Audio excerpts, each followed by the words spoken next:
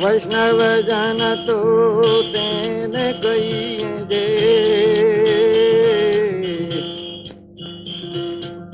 पीड़ पराई जाने रे, पर दुखे उपकार करे तो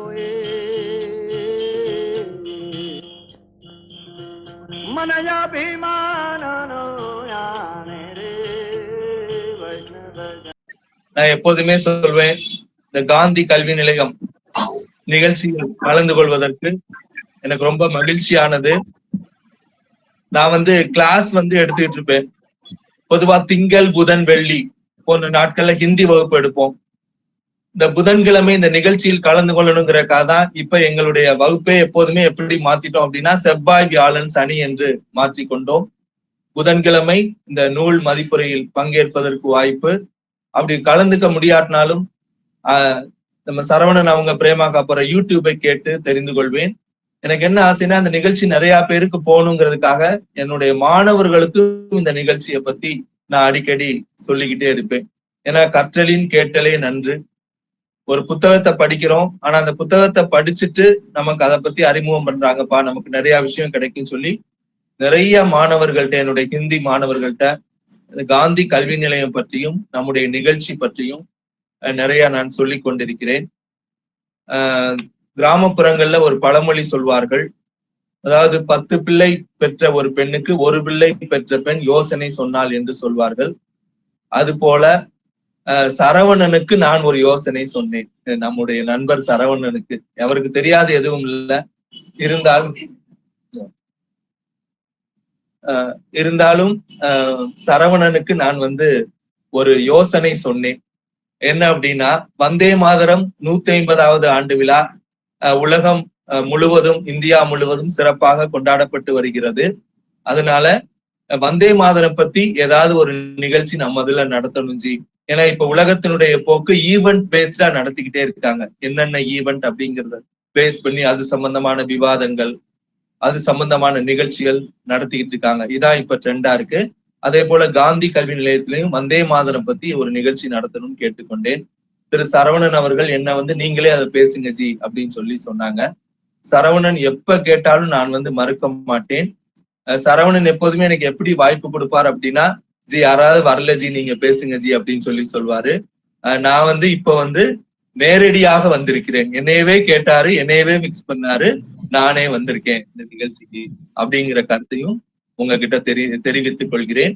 வந்தே மாதரம் 150வது ஆண்டு விழாவினை காந்தி நினைவு அருங்காட்சியகத்துல கொண்டாடினோம்.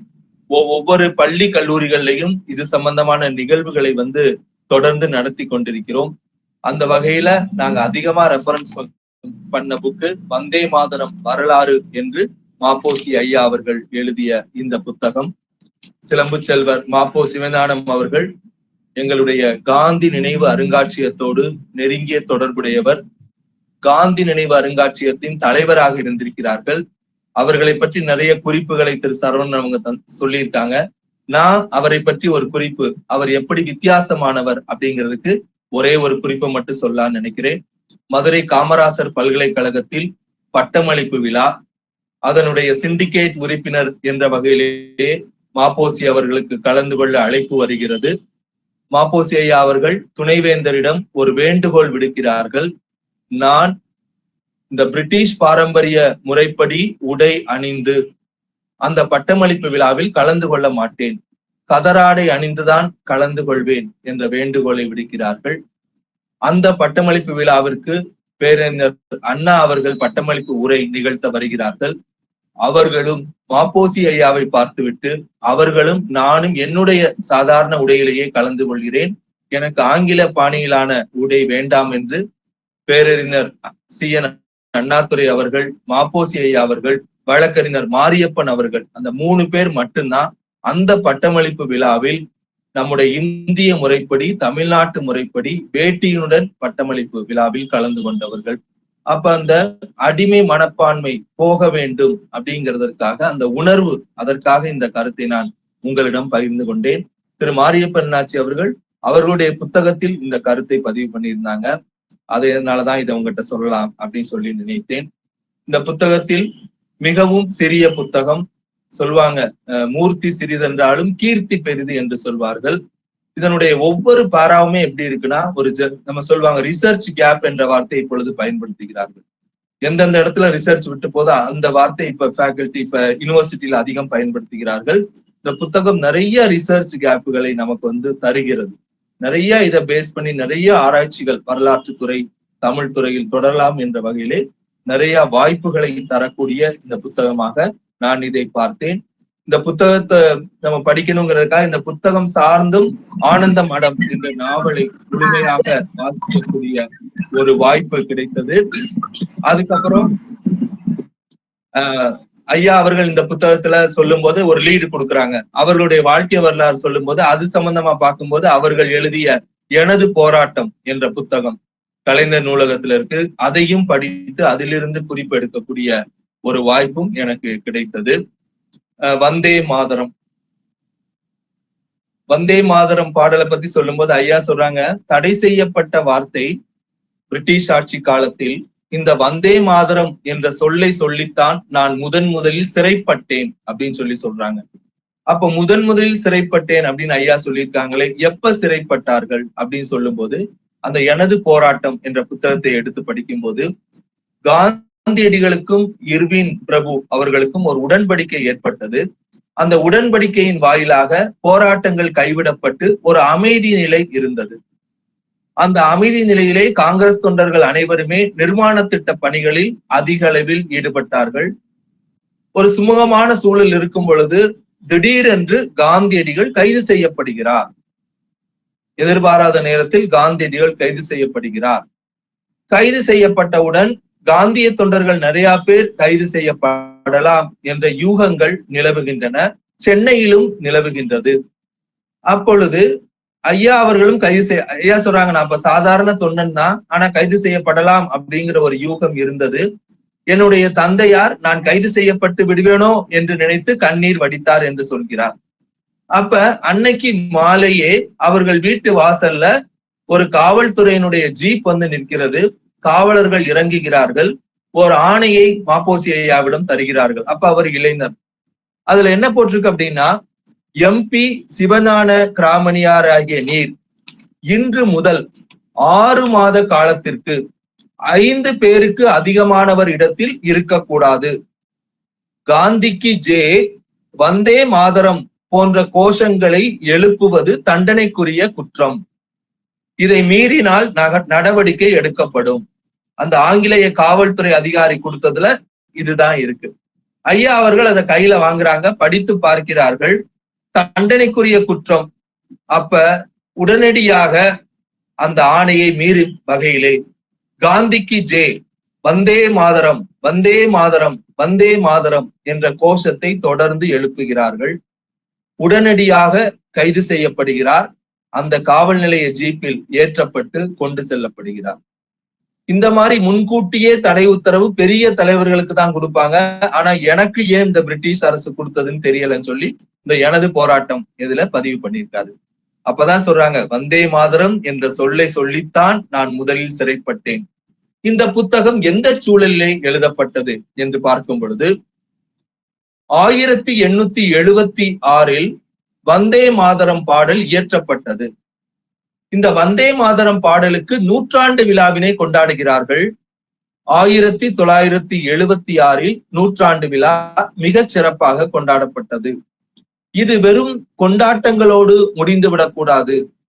ஆக்கப்பூர்வமாக எதையாவது செய்ய வேண்டும், ஆவணப்படுத்த வேண்டும் என்று நினைத்த மாப்போசி ஐயா அவர்கள் வந்தே மாதரம் என்ற தலைப்பிலே ஒரு புத்தகத்தை எழுதி வெளியிடுகிறார்கள். அதுதான் இந்த புத்தகம் வந்த வரலாறு, வந்தே மாதரம் என்ற புத்தகத்தின் வரலாறு. அவங்க 1976 100ஆண்டு விழாவை கொண்டாடினார்கள். நாம் இப்பொழுது 2026 150வது ஆண்டு விழாவை கொண்டாடி இருக்கிறோம். அந்த ஆண்டு விழாவிற்கு நம்முடைய மத்திய அரசு, அந்த உள்துறை அமைச்சகம் வந்தே மாதரம் பாடல் எப்படி பாடப்பட வேண்டும், அதை எவ்வாறு பிரபலப்படுத்த வேண்டும் என்று நமக்கு நிறைய வழிகாட்டுதல் நெறிமுறைகளை கொடுத்திருக்காங்க. அது பத்தி நம்ம அப்புறம் பார்ப்போம். அப்ப 1876 வந்தே மாதரம் பாடல் பாடப்பட்டு விட்டது. இந்த பாடலுடைய வரலாறு ஏன் எழுதினார் பங்கிம் சந்திர சட்டர்ஜி என்று சொல்லும் பொழுது, நம் சென்னையை சேர்ந்த பிச்சை ஐயா அவர்கள் என்னை தொடர்பு கொண்டு பேசும்போது சொன்னார்கள், அவர்கள் இது குறித்து கட்டுரை எழுதும் போது நிறைய தரவுகளை சேகரித்தேன். இந்த பாடல் கிராமத்தில் இருந்து பங்கிம் சந்திர சட்டர்ஜி அவர்கள் ரயிலிலே பயணம் செய்து வருகிறார். இரு பக்கமும் உள்ள அழகான நீரோடைகள், தோட்டங்கள், பூக்கள், இயற்கை காட்சிகளை கண்டு ரசித்து கொண்டு வருகிறார். அப்பொழுது இந்த பாடல் இயற்றப்பட்டது. ஏற்கனவே தேச உணர்வோடு இருந்தவர். அப்ப வங்கத்தை மட்டும் எழுதினால் மாநில உணர்வு என்று வைத்துக் கொள்ளலாம். அதான் பின்னாடி லாஜிக் எக்ஸ்டெண்ட் பண்ணி தேச உணர்வாகிறது. அந்த பாடலிலே இயல்பாகவே வலிந்து சேர்க்கவில்லை, இயல்பாகவே இந்த மாநில உணர்வு, தேச உணர்வை சேர்த்து ஒரு பாடலை எழுதி வைத்து விட்டார் பங்கிம் சந்திர சட்டர்ஜி. இந்த பங்கிம் சந்திர சட்டர்ஜி பற்றி சில வார்த்தைகள். ஆங்கிலேயர்களுக்கு அந்த பிரிட்டிஷ் அரசிடம் அந்த சப் கலெக்டர் என்று சொல்வார்கள், அதான் இருந்திருக்காரு. உயர் அலுவலராக இருந்திருக்கிறார். நல்ல மதிப்புமிக்க போஸ்ட். ஆனா அவருடைய உள்ளுணர்வு எப்படி இருக்குங்கிறதுக்கு இதை சொல்லுவாரு. பங்கிம் சந்திர சட்டர்ஜி அவர்கள் ராமகிருஷ்ண பரமஹம்சரை சென்று சந்திக்கிறார். ராமகிருஷ்ண பரமஹம்சரை சென்று சந்திக்கிறார். அப்ப சந்திக்கும் பொழுது ராமகிருஷ்ண பரமஹம்சர் கேட்கிறார், ஏன் பங்கிம் அப்படின்னு கேட்கிறார். பங்கிம் சந்திர, சரத் சந்திர இருக்காங்க, பூர்ண சந்திர இருக்காங்க, ஏன் பங்கிம் சந்திர, ஏன் ராமகிருஷ்ண பரமஹம்சர் அப்படி கேட்கிறார் அப்படின்னா, இந்த பங்கிம் என்ற சொல்லுக்கு வளைந்த என்று அர்த்தம். வளைந்த சந்திரன், பிறை நிலா. அப்ப ராமகிருஷ்ண பரமஹம்சர் ஏன் வளைஞ்சிட்டீங்க நகைச்சுவையா கேட்கிறார், ஏன் பங்கிம் சந்திரன். அவர் சொன்ன பதில் அச்சர லட்சம் பெறும். அவரை எல்லாரும் மதிப்பா நினைக்கிறார்கள், பிரிட்டிஷ் ஆட்சி காலத்திலே கலெக்டர் என்று, சப் கலெக்டர் என்று. ஆனால் அவர் தன்னுடைய உள்ளுணர்வை வெளிப்படுத்துகிறார். பிரிட்டிஷ்காரர்களிடம் அடி வாங்கி வாங்கி நான் பங்கிம் ஆகிவிட்டேன் என்று சொல்கிறார். அப்ப அந்த உயர் அலுவலர் எவ்வளவு உணர்வுகளோடு, அவமான உணர்வுகள் எவ்வளவு பண்ணியிருப்பாங்க, அதெல்லாம் தாங்கிதான் நான் பங்கிம் ஆகிவிட்டேன் என்ற தன்னுடைய உணர்வை ராமகிருஷ்ண பரமஹம்சரிடம் வெளிப்படுத்துகிறார். வங்காளத்தில் மிக்க மதிப்புடையவராக இருக்கிறார். விவேகானந்தர்ட்ட ஒரு இளைஞர் கேட்கிறாரு, படிக்கணும்னு சொல்றீங்க, எதை உடனடியாக படிப்பது? பெரிய கடல், கற்றது கைமண் அளவு, கல்லாது கடல் அளவு, எதை உடனடியா படிக்கணும்?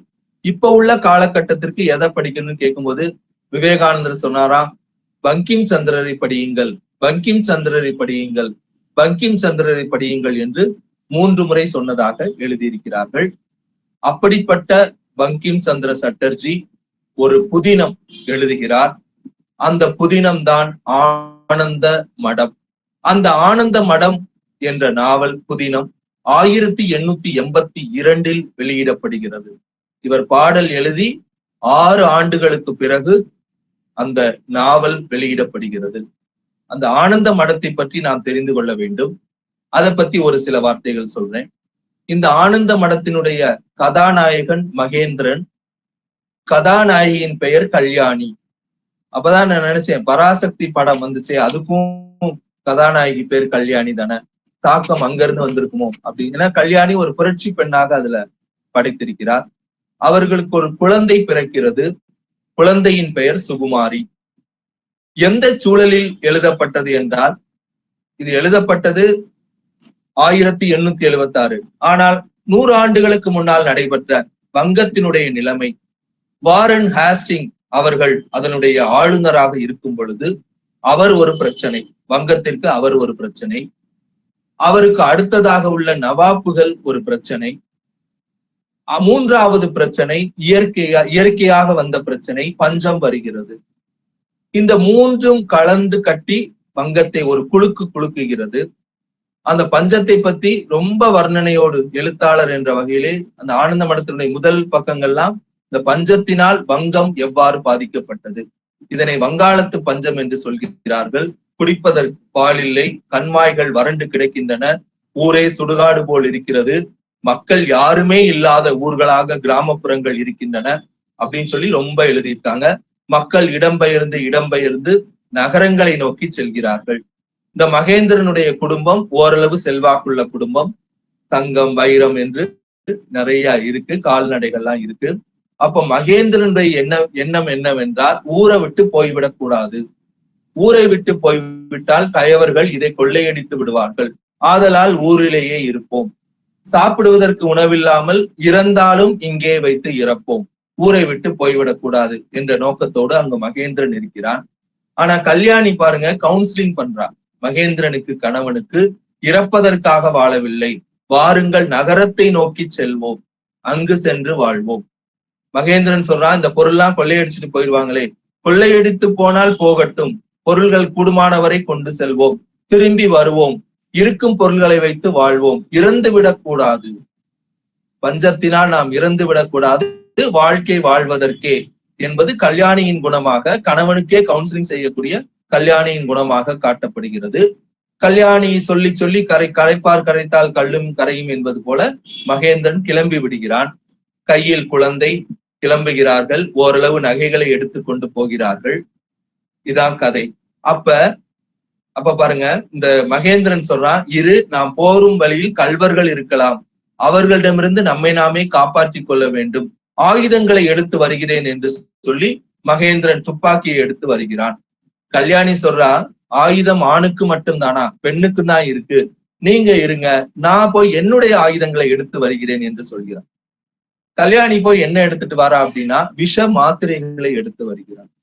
போகும் வழியிலே ஏதாவது இடையூறு வந்தால், பெண்ணுக்கே உரிய இடையூறுகள், ஏதாவது கற்பு, ஏதாவது பிரச்சனைகள் வந்தால், மகேந்திரன் அவன் நம்பல, கையில் இருக்கும் விஷ மாத்திரைகளை நம்புகிறான்.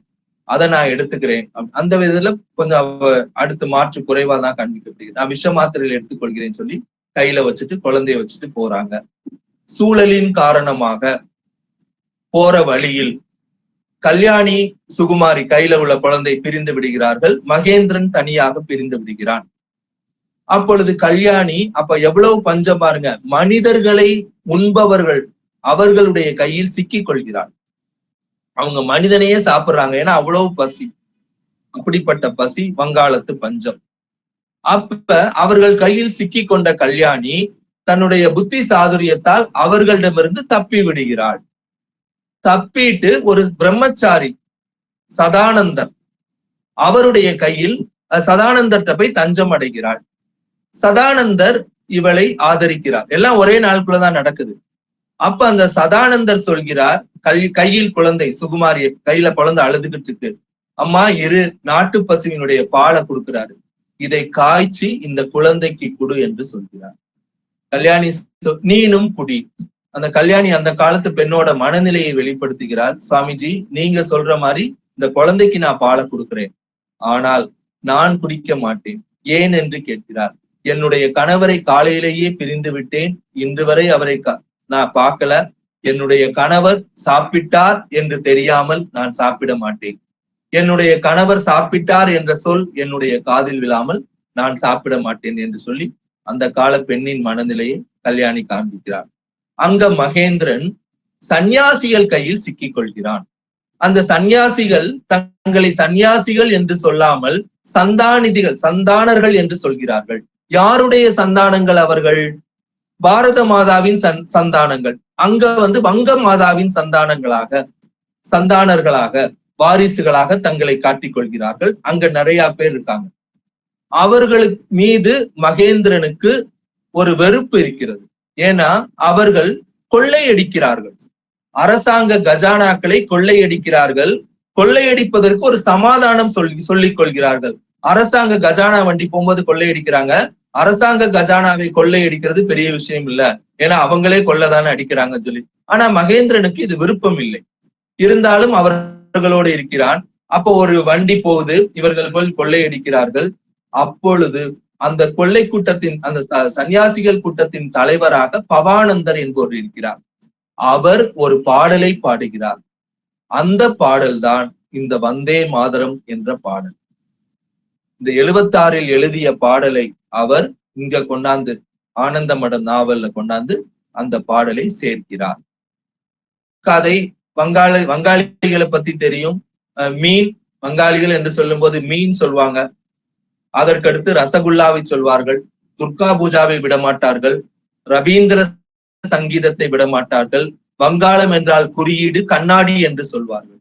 அப்ப என்ன சார், வங்காளியர் எல்லாரும் கண்ணாடி போட்டிருப்பாங்களா? கண்ணாடி என்பது படிப்பின் குறியீடாக. அப்ப வங்காளிகள் அனைவருமே ஏதாவது ஒன்றை படிக்கிறார்கள். அதனாலதான் வங்காளத்திற்கு குறியீடு கண்ணாடி.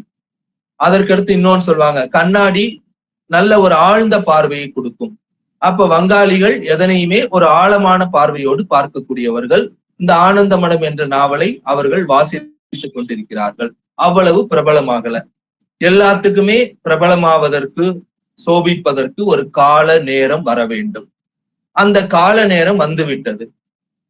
1905 இது பிரபலமானுங்கிறதுக்காக வரல, ஆனா அது இயல்பாவே வந்துருச்சு. 1905 ஜூலை 19 ஒரு அனௌன்ஸ்மெண்ட் வருகிறது. வங்காளம் 2ஆக பிரிக்கப்பட போகிறது. கர்சன் பிரபு சொல்றாரு, நிர்வாக காரணங்களுக்காக. இந்த நிர்வாக காரணங்களுக்காகங்கிறது இப்போ உள்ள ஜிஓ வரைக்கும் தான். நிர்வாக காரணங்களுக்காகனா யாரும் கொஸ்டின் கேட்க முடியாது. நான் வங்காளத்தை 2ஆக பிரிக்க போறோம். அக்டோபர் 16 அதை செயல்படுத்தி விட்டார் கர்சன் பிரபு. 1905 இது நிலைமை. அவங்க 1886 இந்த புத்தகம் ஆனந்த மடம் என்ற புத்தகம் வந்துவிட்டது. 82 வங்காளிகள் இதை படிக்க தொடங்கி விட்டார்கள். இந்த வந்தே மாதரம் என்ற சொல் எப்படி பிரபலமாயிருக்குன்னு பாருங்க. சகோதரி நிவேதிதா வங்காளத்திற்கு சேருகிறார். சகோதரி நிவேதிதா பத்தி நம்ம காந்தியடிகள் அவர்கள் தம்முடைய சத்திய சோதனையில் எழுதியிருக்கிறார். அதுல அவர் சகோதரி நிவேதிதா அந்த இடம் எப்படி எளிமை இல்லாமல் இருந்தது, எளிமை அங்கு வெளிப்படுத்தவில்லை என்று எழுதியிருக்கிறார். அந்த சகோதரி நிவேதிதா இந்த வந்தே மாதரம் என்ற சொல் ஒரு கொடியை வடிவமைக்கிறார்கள். இந்தியாவிற்கென ஒரு தேசிய கொடியை வடிவமைக்கிறார்கள். அந்த கொடியிலே சகோதரி நிவேதிதா அவர்கள் 1904 வந்தே மாதரம் என்ற சொல்லை வங்காள மொழியில் எழுதி வைத்திருக்கிறார்கள். இது 1904. 5 வங்காளம் 2ஆக பிரிகிறது. இந்த வங்க பிரிவினை நம்ம இந்தியாவிற்கு 2 நல்ல விஷயங்களை கொடுத்துச்சு. ஒண்ணு சுதேசி இயக்கம். அதனாலதான் சுதேசி இயக்கத்தை பத்தி சொல்லும் போது சொல்லுவாங்க, பொதுவா சேர்க்கையினால் தான் குழந்தை பிறக்கும். ஆனா வங்க பிரிவினை பத்தி சொல்லும் போது சொல்லுவாங்க, பிரிவினையால் பிறந்த குழந்தை தான் சுதேசி இயக்கம். வங்கம் பிரிந்தது, சுதேசி குழந்தை பிறந்தது. சுதேசி இயக்கத்துக்கு பேரலாக அவர்கள் எல்லாருமே ஒரு வங்க பிரச்சனை எதிர்ப்பதற்கு ஒரு கோஷம் தேவைப்படுகிறது. அதற்கு இந்த வந்தே மாதரம் என்ற சொல் முழுமையாக பயன்படுத்தப்படுகிறது. 1905 வங்க பிரிவினை. 1905 காசி பனாரஸில் கோபாலகிருஷ்ண கோகலே தலைமையில் இது கூடுகிறது. 1906 காங்கிரஸ் டிசம்பர்ல தான் கூடும். ஆனா அதுக்கு முன்னாடியே ஏப்ரல்ல அந்த பாரிசால் மாநாடு என்று சொல்வார்கள், வங்காளத்தில் ஒரு பகுதி. அந்த மாநாட்டுல யார் யார் கலந்துகிட்டாங்க அப்படின்னா, அரவிந்த கோஷ் அவர்கள் கலந்து கொள்கிறார்கள், பிபின் சந்திரபால் கலந்து கொள்கிறார்கள். அந்த மாநாட்டுல என்ன நோக்கம் அப்படின்னா, வங்க பிரிவினை, வங்காளம் பிரிந்து விட்டது, காங்கிரஸ் அடுத்துதான் கூட போகுது, டிசம்பர்ல கூட போகுது. அதுக்கு முன்னாடி ஏப்ரல்லையே இவர்கள் எல்லாம் கூடி வங்க பிரிவினைக்கு எதிர்ப்பு தெரிவிக்க வேண்டும் என்று கூடுகிறார்கள்.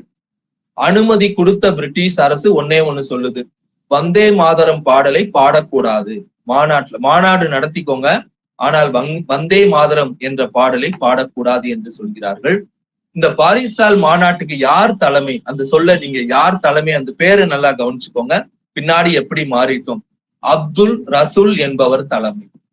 மாநாட்டின் நோக்கம் அவர்களுக்குள்ள என்னன்னா, வங்க பிரிவினையை எதிர்க்கணுங்கிற நோக்கம். ஆனால் வந்தே மாதரம் பாடலை பாட வேண்டும் என்பதுதான் நோக்கம். தலைமை அப்துல் ரசூல். பின்னாடி என்ன நிலைப்பாடு எடுத்தார்கள், அப்துல் ரசூல் வழிவந்தவர்கள். ஆனா அந்த பாரிசால் மாநாட்டுக்கு அப்துல் ரசூல் தலைமை தாங்குகிறார், அரவிந்த கோஷ் கலந்து கொள்கிறார், பிபின் சந்திரபால். ஆனா வந்தே மாதரம் பாடல் பாடப்படுகிறது, தடை மீறப்படுகிறது. 1906 ஏப்ரல்ல இந்த பாரிசால் புரட்சி அப்படின்னு சொல்றாங்க. அதனாலதான் மாப்போசி அவர்கள் தூத்துக்குடியை, வ.உ. சிதம்பரம் பிள்ளை மையப்படுத்தி செயல்பட்ட தூத்துக்குடியை தென்னகத்தின் பாரிசால் என்று இந்த புத்தகத்துல குறிப்பிட்டிருக்காங்க. பாரிசால் மாநாட்டில் இவங்க வந்தே மாதரம் பாடின பண்ண உடனே காவல்துறை வருகிறது, மாநாட்டு பந்தல் பிரித்து எரியப்படுகிறது, பிபின் சந்திரபால் கைது செய்யப்படுகிறார். 1900 அவங்க ஏப்ரல்ல பாரிசால் மாநாடு முடிஞ்சிருச்சு. 1906 அதே ஆண்டு டிசம்பர் கூறுறாங்க. இது 22வது காங்கிரஸ் மாநாடு. தலைமை தாதாபாய் நவ்ரோஜி. தாதாபாய் நவ்ரோஜி லண்டன்ல இருக்காரு. லண்டன்ல இருக்க தாதாபாய் நவ்ரோஜிய மிதவாதிகள் வற்புறுத்தி கூட்டிட்டு வராங்க. நீங்க தலைமை தாங்க வேண்டும் என்று தாதாபாய் நவ்ரோஜி இறங்குகிறார். இந்த 1906 காங்கிரஸ் மாநாட்டுல முக்கியது என்ன அப்படின்னா, சுயராஜ்யம் என்ற சொல் அறிமுகப்படுத்தப்பட்டது. அப்பதான் அந்த சுயராஜ்யம் என்ற சொல் அறிமுகப்படுத்துறாங்க. வந்தே மாதரம் என்ற பாடல் பாடப்பட்டது. அந்த மாநாட்டுல ஒரு கொடி தேவை என்று உணரப்படுகிறது. அதை பற்றி பேசுகிறார்கள். அந்த கொடி நிவேதிதா வடிவமைத்த வந்தே மாதரம் என்ற சொல் அதிலே இருக்கிறது. இது நிவேதிதா வங்க மொழியில் எழுதி வைத்தார். இந்த கொடியில் வந்தே மாதரம் என்பது தேவநாகரி வரி வடிவில் கொடுத்திருக்காங்க. அப்புறம் நிறைய தீர்மானங்கள் நிறைவேற்றாங்க. சுயராஜ்யம், சுயாட்சி என்ற தீர்மானங்களை நிறைவேற்றி 1906 தாதாபாய் நவ்ரோஜி தலைமையில் இது முடிஞ்சிருச்சு. இந்த வந்தே மாதரம் பாடலை பாடுவோம், வந்தே மாதரம் கொடி என்பதை ஏற்றுக்கொள்வோம், வந்தே மாதரம் என முழங்குவோம். இனி ஒருவருக்கொருவர் நம்மளை அடையாளப்படுத்திக் கொள்வதற்காக வந்தே மாதரத்தை பயன்படுத்துவோம் என்று சொல்லி அவங்க முடிச்சுட்டாங்க. இப்ப இந்த பாடல் பிரபலமாகி கொண்டே வருகிறது. அரசிற்கு என்ன செய்வது என்று தெரியவில்லை. இந்த புத்தகத்துல இதான் பேக்ரவுண்ட். வந்தே மாதரம் எப்படிலாம் வந்துச்சுங்கிறதுக்கு பேக்ரவுண்ட். இதனுடைய அடிப்படையில் தான் திரு மாப்போசி அவர்கள் இந்த புத்தகத்தினை நமக்காக கொடுத்திருக்கிறார். முதலாவது அத்தியாயம் சொல்லும் போது பாசறை கீதம். ஒவ்வொரு நாட்டிற்கும் ஏதாவது ஒரு கோஷம் தேவைப்படுகிறது, ஒரு கீதம் தேவைப்படுகிறது. இந்த கீதம் தேசிய கீதம் என்பது வலிந்து எழுதப்பட்டதல்ல, அது இயற்கையாக இயல்பாக வர வேண்டும். யாராவது ஒருத்தர் என்னுடைய நாட்டுக்காக தேசிய கீதம் எழுத போறேன்னு உட்கார முடியாது. தேசத்தை பத்தி எழுதலாம், ஆனால் தேசிய கீதத்தை எழுத முடியாது. அது இயல்பாக வருவது. எல்லா நாடுகளிலும் அந்தந்த சூழ்நிலைகளை ஒட்டி அவர்கள் சமூக அநீதி, விடுதலை வேண்டி அடிமைத்தனத்தை எதிர்த்து போராடிய போது பாடப்பட்ட பாடல்கள் தான் இந்த மாதிரி தேச பாடல்களாக வந்திருக்கின்றன. இதற்கு மாறாக திணிக்கப்பட்ட பாடல்கள் தேச பாடல்களாக இருக்க முடியாது அப்படிங்கிறத பதிவு பண்ணியிருக்காங்க. பிரிட்டிஷ் ஆட்சி காலத்துல மன்னன் சேவ் தி கிங், அப்ப அங்க குயின் மாறிட்டாங்கன்னா save the queen, God save the king, God save the queen. அங்க யார் இருக்காங்கிறத பார்த்து அதுக்கு ஏத்த மாதிரி மாத்தி மாத்தி பிரிட்டிஷ் ஆட்சி காலத்துல பாடினாங்க. இந்த 1906 வந்தே மாதரம் பாடல் காங்கிரஸ் ஏற்றுக்கொள்ளும் வரை இதைத்தான் அங்க பாடிக்கிட்டு இருந்திருக்காங்க. அதுக்கப்புறம் தான் வந்தே மாதரம் பாடல் அதற்கு மாற்றாக வந்தது. அதே போல தேசிய கீதத்திற்கென தனி சந்தம், அந்த சந்தம் மட்டும்தான் பயன்படுத்தப்பட வேண்டும். அதே மாதிரி நம்முடைய வந்தே மாதரம் முதலில் தேஷ் ராகத்தில் பாடப்படுகிறது. பாருங்க, இந்துஸ்தானியில ஒரு ராகம், சமஸ்கிருதத்துல தேசம் அப்படின்னு சொல்லுவாங்க. அந்த ராகம் கூட தேஷ் அப்படிங்கிற ராகத்துலதான் அது பாடப்பட்டிருக்கிறது. அப்படியே ஒவ்வொரு காலகட்டமா வருகிறது. இந்த பாசறை கீதத்துல ஒவ்வொரு நாட்டினுடைய தேசிய கீதங்கள் எப்படி இருந்துச்சு அப்படிங்கிறத பத்தி மாப்போசி ஐயா அவர்கள் இதுல எழுதியிருக்காங்க. அதுக்கடுத்து தமிழ்நாட்டுல இந்த வந்தே மாதரம் என்ற பாடலை பிரபலமாக்கியவர் யார்? அதுதான் 2வது அத்தியாயம், பாரதியாரின் தொண்டு என்று ஒரு அத்தியாயம். பாரதியார் இந்த வந்தே மாதரம் என்ற கோஷம் மக்களிடையே பிரபலமாவதற்கு என்னென்ன ஏற்பாடுகளை செய்தார், அவருடைய பங்களிப்பு என்னங்கிறத கால வரிசை அடிப்படையில ரொம்பதான்.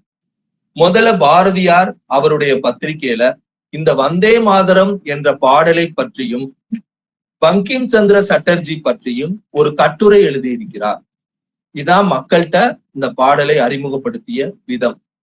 அந்த கட்டுரையில பாரதியார் எழுதியிருக்காரு, பங்கிம் சந்திர பிரபு தம்முடைய வந்தே மாதரம் என்னும் பாடல்ல சமஸ்கிருத சொற்களை கலந்து எழுதியிருக்கிறார்.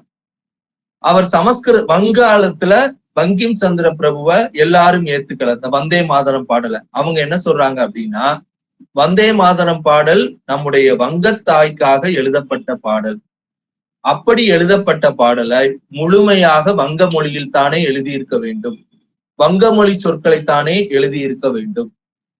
பங்கிம் சந்திர பிரபு ஏன் சமஸ்கிருத சொற்களை பயன்படுத்தி இருக்கிறார் என்று ஒரு பிரிவினர் இந்த பாடலுக்கு எதிர்ப்பு தெரிவிக்கிறார்கள், மொழி வாரியாக எதிர்ப்பு தெரிவிக்கிறாங்க. இதுல இருந்து என்ன தெரியுது அப்படின்னா, வங்காளத்தில் வங்க மொழிக்கு எவ்வளவு முக்கியத்துவம் தருகிறார்கள், சமஸ்கிருதத்தை மதிக்கிறார்கள். ஆனா சமஸ்கிருதத்தை விட உயர்வானது எங்க வங்க மொழி, அதைத்தான் பயன்படுத்த வேண்டும் என்று அவர்களுடைய எண்ணம் நமக்கு புலனாகிறது. இந்த பிரச்சனை பங்கிம் சந்திர சட்டர்ஜிட்ட வருது. என்ன செய்ய போகிறார், வார்த்தைகளை மாத்தலாமே அப்படிங்கிறது. ஆனா பாரதியார் பங்கிம் சந்திர சட்டர்ஜி சப்போர்ட் பண்றாரு. அவர் பயன்படுத்திய சமஸ்கிருத வார்த்தைகள் எல்லாம் மிகவும் எளிய வார்த்தைகள், எல்லா மொழிகளிலும் இருக்கக்கூடிய வார்த்தைகள், அது சமஸ்கிருத வார்த்தை என்று பார்க்க கூடாது. இன்னொன்று இசையமைப்பிற்காக பங்கிம் சந்திர பிரபு இதை பயன்படுத்தி இருப்பார் என்ற ஆதரவு சொல்கிறார். இருந்தாலும் அந்த பிரச்சனை பங்கிம் சந்திர பிரபுட்ட வருகிறது. என்ன முடிவு எடுக்க போகிறார், அதில் உள்ள சொற்களை மாற்றப் போகிறாரா? ஏன்னா அவர் மாநிலத்தை சார்ந்த வங்க மக்களை எதிர்க்கிறார்களே. ஆனால் பங்கிம் சந்திர பிரபு சொல்றாரு, எந்த வார்த்தையும் நான் மாற்ற மாட்டேன், இது அப்படியேதான் இருக்கும், ஏற்றுக்கொள்பவர்கள் ஏற்றுக்கொள்ளட்டும். ஆனா அவருக்கு உள்ளொளி என்ன சொல்லியது என்றால், பின்னாடி அவர்கள் மகள்கிட்ட சொல்லியிருக்காரு, இந்த பாடல் ஒரு நாள் இந்த நாடே தலையில் வைத்து கொண்டாடும் அப்படின்னு. இப்பொழுது நாம் அதை தலையில் வைத்து கொண்டாடி கொண்டிருக்கிறோம். இந்த வங்கமொழி பாடலை கொண்டாடி இருக்கிறோம். இந்த வங்கமொழி பாடல் இதுல இன்னொன்று தத்துவார்த்த ரீதியாக பார்க்க வேண்டிய விஷயம் இருக்கு. வங்காளத்தை காப்பாற்ற வேண்டும். ஏன்னா வங்காளத்துல அப்ப சிக்கல், வாரன் ஹாஸ்டிங் சிக்கல், நவாப் ஒரு சிக்கல், பஞ்சம் ஒரு சிக்கல், அந்த அப்படியே 76ல இருந்து 82 வரைக்கும் இருக்கனால வங்காளத்தை காப்பாற்ற வேண்டும். வங்காளத்தை மட்டும்தான் மையப்படுத்தி இந்த பாடலை எழுதியிருக்கிறார். அதனாலதான் அதனுடைய 2வது வரியில வரும் சப்த கோடி. சப்த என்றால் 7 என்ற அர்த்தம். அதனாலதான் சப்த ரிஷிகள், சப்த கன்னியர். கோடி என்பது வங்காளத்தின் மக்கள் தொகை அப்பொழுது 7 கோடி. அப்போதைய வங்காளம் என்ன அப்படின்னா, ஒரிசாவையும் சேர்த்தது, அசாமையும் சேர்த்தது. அப்ப பங்கிம் சந்திர பிரபு வங்க மாதாவிற்காக எழுதப்பட்ட பாடல் அப்படின்னு. அடுத்து துவி சப்த கோடி, 14 கோடி அப்படிங்கறதெல்லாம் அதுல வருது. ஆனா பாரதியார் இதெல்லாம் சொல்லிட்டு வங்காளத்தை மட்டுமே மையப்படுத்தி எழுதப்பட்ட பாடல் என்றாலும் இது இந்தியா முழுமைக்கும் உரிய பாடல். ஏன்னா காங்கிரஸ் என்ன பண்ணுது அப்படின்னா, இதை ஒரு மாநில பிரச்சனையாக பார்க்காமல், ஒரு மாகாண பிரச்சனையாக பார்க்காமல், வங்கத்தின் பிரச்சனையை நாட்டு பிரச்சனையாக ஏற்றுக்கொண்டதால் தான் காங்கிரஸ் இதுல முழுமையாக தலையிட்டு ஏற்றுக்கொண்டது. கட்டுரை எழுதி பாரதியார் இந்த பாடலை மக்களிடம் அறிமுகம் செய்து விட்டார். அடுத்து என்ன பண்ணலாம்னு நினைக்கிறாரு, இந்த வங்கமொழி பாடலை நம்முடைய தாய்மொழிக்கு மொழி பரிமாற்றம் செய்யணும்னு சொல்லி தமிழில் இதனை மொழிபெயர்ப்பு செய்கிறார். இனிய நீர் பெருக்கினை, சுஜலாம், அந்த ஜலம்னா வார்த்தை, ஜலம்னா தண்ணி, அப்ப இது இனிய நீர் பெருக்கினை, சுஜலாம், சுபலாம், பழம், அதனாலதான் இனிய கனி வளத்தினை சொல்லி பாரதியார் அதை அழகாக தமிழிலே மொழிபெயர்க்கிறார். நம்ம அழகா மொழிபெயர்த்திருக்காருன்னு படிக்கிறோம். ஆனால் பாரதியாருக்கு அந்த பாடலிலே திருப்தி இல்லை. இதை இன்னும் நன்றாக செய்யணும், இதை இன்னும் நன்றாக செய்யணும். ஏன்னா பங்கிம் சந்திர பிரபு அவ்வளவு இதுல இருக்காரு, நம்ம மொழிபெயர்ப்புல இப்படி பண்ணிருக்கோம் சொல்லி திருப்பி ஒரு மொழிபெயர்ப்பு பாடல் அதை ரொம்ப ரிஃபைன் பண்றாரு. சில வார்த்தைகளை மாற்றி திருப்பி ஒரு ரிஃபைன் பண்றாரு. 2 பாடல் கொடுத்திருக்காரு மொழிபெயர்ப்பு பாடல், மாப்போசியா எழுதியிருக்காங்க. ஆனால் 2 பாடலும் பாரதியின் மற்ற பாடல் பிரபலமான அளவிற்கு மக்களிடையே பிரபலமாகவில்லை.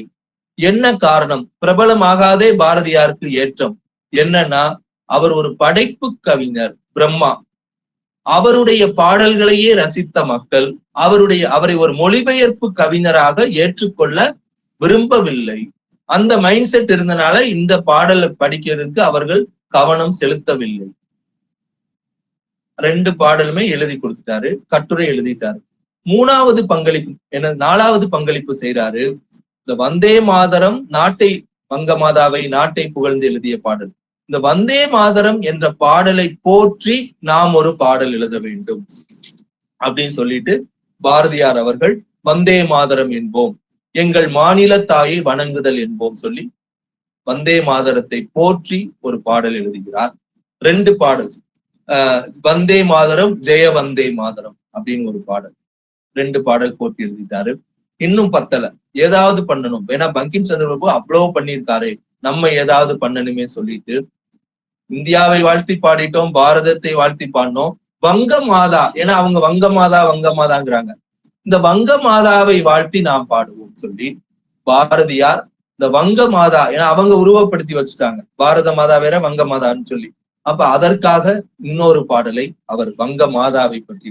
இந்த மாதிரி 5 பங்கிம் சந்திர பிரபு ஒரு படைப்பு ஆனந்த மடம் வந்தே மாதரம். ஆனா பாரதியார் அதையும் தாண்டி இந்த 5 படைப்புகளை வந்தே மாதரத்தை மையப்படுத்தி கட்டுரையாகவும் மொழிபெயர்ப்பாகவும் அதனை போற்றியும் இந்த மாதிரி நம்முடைய தமிழ் இலக்கிய உலகத்திற்கும் நம்முடைய பாரதத்திற்கும் இவர் கொடுத்திருக்காரு. அதுக்கடுத்து பாரதியாருடைய பங்களிப்பு எழுதிட்டு ஐயா அவர்கள் வ.உ. சிதம்பரனார் அவர்கள் என்ன செய்தார்கள்? வ.உ. சிதம்பரனார், அதுக்கு இந்த ஐயா அவர்கள் தலைப்பு கொடுத்திருக்காங்க வந்தே மாதரம் பிள்ளை. வ.உ.சியினுடைய கொள்ளுப்பேரன் அவர்கள் இந்த நிகழ்ச்சியில கலந்துருக்காங்க, அது நமக்கு சிறப்பு. சீதாராஜன் அவர்கள், வ.உ.சியின் மகள் ஞானவள்ளி, அவர்களுடைய மகள் மீனாட்சி, அந்த மீனாட்சி அவர்களுடைய மகன் சீதாராஜன் அவர்கள் இந்த நிகழ்ச்சியில் இன்னைக்கு கலந்திருப்பது நமக்கெல்லாம் ஒரு சிறப்பு. இந்த வந்தே மாதரம் பிள்ளை, வ.உ.சிக்கு ஐயா கொடுத்த தலைப்பு வந்தே மாதரம் பிள்ளை. எப்படி மாப்போசி ஐயா வந்தே மாதரம் என்ற சொல்லை பயன்படுத்தியதால் சிறைப்பட்டேன் என்று சொன்னார்களோ, அதை போல வ.உ.சி அவர்களும் வ.உ.சிக்கு தண்டனை கொடுக்கும்போது வ.உ.சி அவர்கள் ஒரு சுயசரிதை எழுதியிருக்கிறார்கள். சுயசரிதைக்கு சுயசரிதை என்றே பெயர் வைத்திருக்கிறார்கள். அதுல எப்படி கைது செய்யப்பட்டேன் அப்படின்னு சொல்லும் போது அந்த கலெக்டர் சொல்றாராம், கலெக்டர் வின்ச் சொல்றாரு, கூட்டம் கூடி வந்தே மாதரம் என்று கோஷித்தாய் எமை தூஷித்தாய், அதுக்காக உன்னை நான் கைது பண்றேன் அப்படின்னு அந்த கலெக்டர் வின்ச் சொன்னதாக சொல்கிறார்கள். தூத்துக்குடி வங்கத்தை விட கொஞ்சம் முன்னாடி போயிடுச்சு இந்த தேசப்பற்று உணர்வை வெளிப்படுத்துவதற்கு காரணம் வ.உ.சி. இந்த தூத்துக்குடியில திருமணம் நடைபெறும் போது கொட்டு மேளம் செய்வாங்க, கைத்தட்டு, அனைவருமே வந்தே மாதரம் என்ற கோஷத்தை உச்சரிப்பார்கள். சைவர்கள் ஒருவருக்கொருவர் ஓம் நமச்சிவாயா என்று சொல்வது போல, ஓம் நமோ நாராயணா என்று சொல்வது போல, தேச பக்தர்கள் அனைவரும் ஒருவரை ஒருவர் பார்த்து கொள்ளும் பொழுது வந்தே மாதரம் என்றுதான் சொல்வார்கள். ஒருவரை ஒருவர் அழைக்கும் பொழுதும் வந்தே மாதரம் என்றுதான் சொல்வார்கள். ஐயா அவர்கள் எழுதியிருக்கிறார்கள், ஒவ்வொரு ஊருக்கும் ஒரு பழைய பெயர் இருக்கு. தூத்துக்குடியின் பழைய பெயர் திருமந்திர நகர். பக்தி இலக்கியம் தூத்துக்குடிக்கு வைத்த பெயர் திருமந்திர நகர். அந்த பேர் எப்படி வந்துச்சுன்னு தெரியாது, ஆனால் தேச பக்தர்களுடைய திருமந்திரமாக வந்தே மாதரம் தானே இருந்தது. அந்த வந்தே மாதரத்தை தானே வ.உ.சி அவர்கள் பிரபலமாக்கினார்கள். ஆதலால் இந்த தூத்துக்குடிக்கு வந்தே மாதரம் என்ற திருமந்திர நகர் என்ற பெயர் மிகவும் பொருத்தமானது என்று அதிலே எழுதியிருக்கிறார்கள். வ.உ.சி ஐயா அவர்கள் கோர்ட்டுக்கு போறாங்க. என்ன குற்றம் அப்படின்னா, வந்தே மாதரத்தை இவர் பிரபலமாக்கினார், மற்றவர்களை வந்தே மாதரம் என்று சொல்லும்படி தூண்டினார். இது அவர்கள் சொன்ன குற்றங்கள்ல ஒண்ணு. நீதிபதி அவர்கள் உட்கார்ந்துருக்காங்க.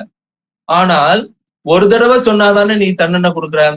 நீதிபதி பார்க்கும் இடங்களில் எல்லாம் வந்தே மாதரம் என நீதிமன்ற சுவர்களில் எழுதப்பட்டிருந்தது.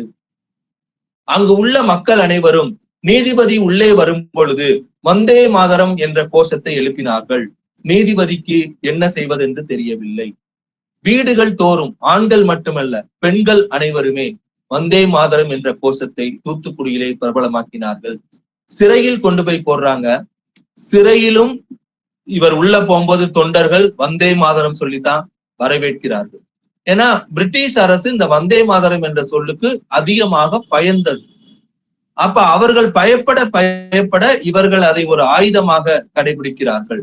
அப்ப சிறையிலும் நீ எதற்காக சிறையில போட்டையோ அந்த நோக்கமே பிரிட்டிஷ் அரசுக்கு கை நழுவி போகும் வகையிலே வந்தே மாதரம் எங்கும் பிரபலமானது. அதற்கடுத்து சட்டமன்றத்தில் வந்தே மாதரம். நமக்கு சொல்லுவாங்க, நமக்குள்ளதான் கருத்து வேறுபாடு. 1937 மாநில சட்டமன்றங்கள் நடக்குது, பொது தேர்தல்கள் வருகின்றன. அப்போ இந்த காங்கிரசும் அதில் பங்கேற்கிறது. போய் உட்கார்றாங்க. விவாதங்கள், எதை பற்றி விவாதம்? பிரிட்டிஷ் அரசை பற்றி விவாதம் பண்ணியிருக்கணும். வந்தே மாதரம் பாடலை பத்தி விவாதம் பண்றாங்க. இதனை ஏற்றுக்கொள்வதா எதிர்ப்பதா? பாருங்க காலம் எப்படி மாறுதுன்னு பாருங்க. பாரிசால் மாநாடு 1906 அப்துல் ரசூல் தலைமையில் வந்தே மாதரத்திற்காக கூட்டப்பட்ட மாநாடு 1906. ஆனா 37ல காலம் மாறிவிட்டது. இஸ்லாமிய சகோதரர்கள் சொல்றாங்க, நாங்கள் இந்த பாடலினுடைய அடுத்தடுத்த பாராக்கள் துர்க்கையாகவும் ஒரு சக்தியாகவும் அன்னையாகவும் இந்திய திருநாட்டை வர்ணிக்கிறது. நாங்கள் உருவ வழிபாடு செய்ய மாட்டோம், ஆதலால் இதனை ஏற்றுக்கொள்ள மாட்டோம் என வாத பிரதிவாதங்கள் தொடர்கின்றன. பின்னாளில் நேரு அவர்கள் தாகூருக்கு ஒரு கடிதம் எழுதினாராம். அது இந்த புத்தகத்தில் இல்ல, ஐயா அவர்கள் பிச்சை அவர்கள் சொன்ன கருத்து. தாகூருக்கு கடிதம் எழுதி, இது சம்பந்தமாக உங்களுடைய கருத்தை கேட்கிறேன் அப்படி எழுதல, இது சம்பந்தமாக உங்களுடைய தீர்ப்பை எதிர்பார்க்கிறேன். ஏன்னா மிகச்சிறந்த ஒரு தேசிய பாடல், நாம் எல்லாரும் எதிர்பாராத விதத்திலே இந்த மாதிரி சமயம் சார்ந்து இருப்பதாக ஒரு விவாதத்தை எழுப்புகிறார்கள். இது சம்பந்தமாக காங்கிரஸிலே வாத பிரதிவாதங்கள் நிகழ்கின்றன. இது நம்முடைய தேசிய இயக்கத்தை பின்னடைய செய்துவிடும். இதுல நம்ம என்ன முடிவு எடுக்கலாம் அப்படின்னு சொல்லி நேரு அவர்கள் தாகூரை கேட்கிறார்கள், உங்கள் தீர்ப்பை எதிர்பார்க்கிறேன். தாகூர் ஒரு யோசனை சொல்லி எழுதுறாரு, முதல் பாராவை மட்டும் நாம் வைத்துக் கொள்வோம். ஏன்னா அடுத்தடுத்த பாராக்கள் தானே இது உருவ வழிபாடு, துர்க்கை வழிபாடு அப்படி காமிக்குது. அதுதானே நம்முடைய இஸ்லாமிய சகோதரருடைய மனத்தை வருத்துகிறது என்று சொல்கிறார்கள். நாம் ஒரு முடிவு எடுப்போம், முதல் பாராவை மட்டும் வைத்துக் கொள்வோம் என்று சொல்லி அடுத்து காந்தியடிகள்கிட்ட ஒப்பீனியன். பொதுவா காந்தி அவருக்கே உரிய பாணியில சொல்றாரு, நாம் அனைவரும் வந்தே மாதரத்தை பாடுவதால் அதற்கு பெருமை வந்து விடாது. நாம் அனைவரும் வந்தே மாதரத்தை புறக்கணிப்பதால் அதற்கு சிறுமை வந்து விடாது. வந்தே மாதர பாடல் வந்தே மாதர பாடலாகத்தான் இருக்கும். அதை பாடினாலும், அதனை குறைத்தாலும், சுருக்கினாலும், நீக்கினாலும், பாடாவிட்டாலும் அதற்குரிய பங்கிம் சந்திர பிரபு கொடுத்த வந்தே மாதரத்தினுடைய பெருமை எந்த விதத்திலும் எப்படியும் அது குறைபட்டு விடாது என்று காந்தியடிகள் தமக்கே உரிய பாணியிலே அதை சொல்கிறார்கள். அப்பொழுது 37 அந்த மாநாட்டுல ஜவஹர்லால் நேரு அவருடைய தலைமையில் கூடிய மாநாடு. இந்த மாநாட்டினுடைய வித்தியாசம் என்ன அப்படின்னா, காந்தியடிகள் எல்லாரும் கிராமங்கள் பத்தி பேசுறாங்க. ஆனா 1937 இந்த மாநாடு பெய்ஸ்பூர் மாநாடு மகாராஷ்டிராவில் ஜல்கான் மாவட்டத்தில் ஒரு கிராமப்புறத்தில் ஒரு கிராமத்துல வைத்து நடத்துறாங்க. ஜவஹர்லால் நேரு தலைமை தாங்குகிறார். அந்த 37 காங்கிரஸ் மாநாட்டில் தான் வந்தே மாதரம் என்பது நம்முடைய தேசிய பாடலாக ஏற்றுக்கொள்ளப்பட்டுள்ளது. அப்புறம் நாட்கள் செல்கின்றன. அதுக்கப்புறம் நடந்தது எல்லாமே அடுத்தடுத்து நடக்கக்கூடிய நிகழ்வு. அது உலக யுத்த எதிர்ப்பு சத்தியாகிரகமாக இருந்தாலும் சரி, 1942 வெள்ளையனே வெளியேறு இயக்கமாக இருந்தாலும் சரி, எல்லா இடத்துலயுமே அப்புறம் எதிர்ப்பு தெரிவிப்பதாக இருந்தாலும் சரி, கிரிப்ஸ் தூதுக்குழுக்கு எதிர்ப்பு தெரிவிப்பதாலும் சரி, எல்லாமே இந்த வந்தே மாதரம் பாடலை பாடிதான் அனைத்து நிகழ்ச்சிகளும் நடத்தப்பட்டு வருகின்றன. அதற்கப்புறம் ஜின்னா அவர்கள் தன்னுடைய எதிர்ப்பை, ஏன்னா அந்த ஒரு பாரா மட்டும் வைத்துக் கொண்டோம், அது ஃபர்ஸ்ட் வச்சு நம்ம ப்ரொசீட் பண்ணிட்டோம், முதல் பாரா மட்டும் ஏற்றுக்கொள்வோம் சொல்லி ப்ரொசீட் பண்ணிட்டோம். ஆனால் ஜின்னா அவர்களுடைய எதிர்ப்பு தொடர்கிறது. அடுத்த ஆண்டு 1938 அப்போது அகில இந்திய காங்கிரஸ் மகாசபை தலைவராக இருந்த சுபாஷ் சந்திர போஸ் அவர்களும் காந்தியடிகளும் ஜின்னாவுடன் சமரசம் பேசுறாங்க. ஏன்னா முஸ்லீம் லீக் தனிநாடு கோரிக்கை எல்லாமே வந்துருச்சு. அப்ப அவர்கள் ஜின்னா அவர்களை சந்தித்து பேசும்போது அவர் 3 நிபந்தனைகளை விதிக்கிறார். முதல் இது என்ன சொல்றார் அப்படின்னா, வந்தே மாதர கீதம் காங்கிரஸால் தேசிய கீதமாக பயன்படுத்தப்படுவது கைவிடப்பட வேண்டும் அப்படிங்கிறதுதான் அவருடைய நோக்கமாக இருக்கிறது. அப்ப திருப்பி தேசிய கீதமா சொல்லிட்டோம், முதல் பாரா மட்டும் வச்சுட்டோம். அப்ப திருப்பி இந்த பிரச்சனை அடுத்த ஆண்டே ஒரு புதிய வடிவம் பெறுகிறது. ஜின்னா அவர்கள் தன்னுடைய கருத்துக்கு ஆதரவாக ஆட்களை சேர்க்கிறார்கள். அப்ப திருப்பி வந்தே மாதரம் பாடலுக்கு ஒரு எதிர்ப்பு. முதலிருந்து என்னடா திருப்பி முதலிருந்தா அப்படின்னு சொல்லும் போது காந்தியடிகள் சொல்றாரு, வந்தே மாதரம் என்பது மத கோஷம் அல்ல, முற்றிலும் அரசியல் கோஷம் அப்படின்னு சொல்லி திருப்பி காந்தியடிகள் அல்லாஹு அக்பர் அப்படின்னு வந்தே மாதரத்துக்கு அந்த சொல்லிற்கு இணையாக அல்லாஹு அக்பர் என்ற வார்த்தையை முஸ்லிம் சகோதரர்கள் பயன்படுத்துகிறார்கள். காந்தியடிகள் சொல்றாரு, வந்தே மாதரமும் சொல்லப்பட வேண்டும், ஏன்னா அது மத கோஷம் அல்ல. அல்லாஹு அக்பரும் சொல்லப்பட வேண்டும், அது ஆத்மாவை புனிதப்படுத்தும் கோஷம். அதனுடைய அர்த்தம் என்ன அப்படின்னா கடவுளே பெரியவர். எல்லா சமயங்களும் அதான சொல்லுது, கடவுளே பெரியவர்ங்கிறத சொல்லுது. அப்ப காந்தி சொல்றாரு அல்லாஹு அக்பர் என்பதும் சொல்லப்பட வேண்டும் என்பது காந்தியடிகளுடைய கருத்தாக இருக்கிறது. அப்புறம் சுதந்திரம் கிடைக்கிறது. சுதந்திரம் கிடைத்த பிறகு அரசியல் நிர்ணய சபை கூடுகிறது. இந்தியாவிற்கென எப்படி அரசியல் ஒவ்வொன்னா விவாதித்துக் கொண்டே வருகிறார்கள். அதுக்கடுத்து இந்த விவாதம் வருகிறது, தேசிய பாடலாக எதை ஏற்றுக்கொள்வது. இந்த விவாதம் தேவையில்லை, ஏன்னா இது வந்தே மாதரத்தை ஏற்றுக்கொண்டாச்சு, அதை அப்படியே அடாப்ட் பண்ணிருக்கலாம். ஆனா எல்லாத்தையுமே ஜனநாயக முறைப்படி விவாதித்துத்தான் ஏற்றுக்கொள்ள வேண்டும் என்பதற்கு இணங்க என்ன பாடலை கொண்டு வரலாம். அப்ப ஏற்கனவே இருக்கிற வந்தே மாதரத்தை அப்படியே ஏற்றுக்கொள்ளலாமா அப்படின்னு சொல்லி ஒரு விவாதம் வருகிறது. ஏன்னா எல்லா கருத்துக்கும் எதிர்ப்பு கருத்து. மலையாளத்துல சொல்லுவாங்க, அம்மை அடிச்சாலும் 2 பட்சம்.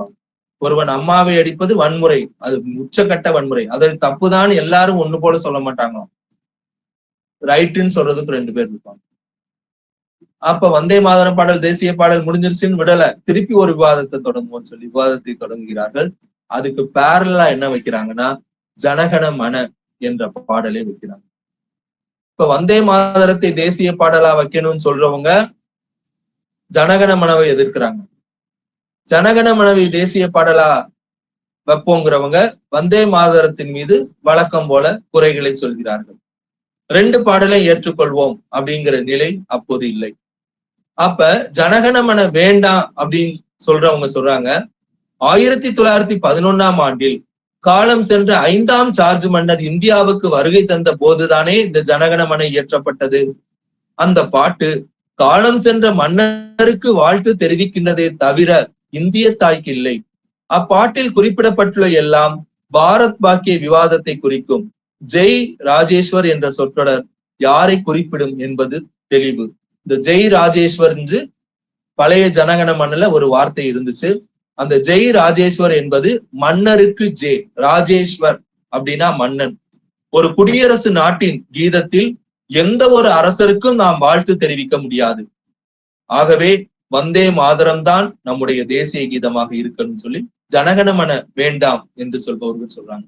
ஆனா அந்த விவாதத்தின் போது தெரியல, மொத்தத்துல நம்ம இந்தியாவை கொஞ்சம் கீழே கொண்டு போற மாதிரி, இது வேணாம் அது வேணாம்னு சொல்லும் போது விவாத பிரதிவாதங்களுக்கு நல்லா இருக்கலாம், ஆனா அதனுடைய ஒட்டுமொத்த சாரம் பார்க்கும்போது கொஞ்சம் இந்தியா கீழே இறங்கி வர மாதிரிதான். இவங்க அவங்கள பிரச்சனை சொல்றது, அவங்க இவங்களுக்கு பிரச்சனை சொல்றது. அப்பொழுது ராஜேந்திர பிரசாத் இதில் நேரடியாக தலையிடுகிறார். அவர் ஒரு முடிவை வெளியிடுகிறார். சந்தர்ப்பத்திற்கு, ஏன்னா இவங்க அந்த குறை சொல்றாங்கல்ல, ஜெய் ராஜேஸ்வர் அப்படிங்கிற வார்த்தை இருக்கு, ஆதலால் நாங்கள் ஏற்றுக்கொள்ள மாட்டோம், அதை ஏத்துக்க கூடாதுன்னு சொல்றாங்கல்ல. அப்ப சந்தர்ப்பத்திற்கு ஏற்ற தேவையான சொல் மாற்றங்களோடு ஜனகண மன என வழங்கப்படும் பாட்டு இந்தியாவின் தேசிய கீதமாக இருக்கும். இந்திய சுதந்திர போராட்டத்தில் வரலாற்று பிரசித்தி பெற்ற வகையில் பங்கு பெற்ற வந்தே மாதரம் பாட்டு அதற்கு சமமாக பெருமைப்படுத்தப்படும், அதற்கு இணையாக கருதப்படும் அப்படின்னு சொல்லி 2 பக்கமுமே ஒரு சமரச முடிவினை ராஜேந்திர பிரசாத் அறிவித்து இந்த வந்தே மாதரம் சர்ச்சையை முடிவுக்கு கொண்டு வருகிறார். அதுக்கடுத்து தொடர்ந்து நம்ம வந்தே மாதரம் பாடலுக்கும் நம்ம அகில இந்திய வானொலியில வந்தே மாதரம் பாடலோடு தான் நிகழ்ச்சிகள் தொடங்கப்படுகின்றன. ஒவ்வொரு நாளும் நமக்கு தெரிஞ்சதுதான். ஆனால் ஒரே ஒரு நாள் மட்டும் தொடங்காது. ஜனவரி 30 அன்று மட்டும் வந்தே மாதரத்தோடு அது தொடங்காது. ஜனவரி 30 காந்தியடிகளுடைய நினைவு நாள் என்பதால் வைஷ்ணவ ஜனதோ என்ற பாடலோடு அன்னைக்கு மட்டும் தொடங்கும். அப்ப அதற்கு இணையான அந்தஸ்து அப்பப்ப நம்ம வந்தே மாதரம் பாடலுக்கு கொடுத்து கொண்டேதான் இருக்கிறோம். நம்ம ஆகஸ்ட் 15 எல்லா இதுலயுமே வந்தே மாதரம் பாடலும் பெருமைப்படுத்தப்படுகிறது. அதனுடைய 150வது ஆண்டு விழாவினை கொண்டாடுகிறோம். இப்பதான் திருப்பி நேரு முடிவெடுத்தாங்க, முதல் பாரா மட்டும் போதும்னு.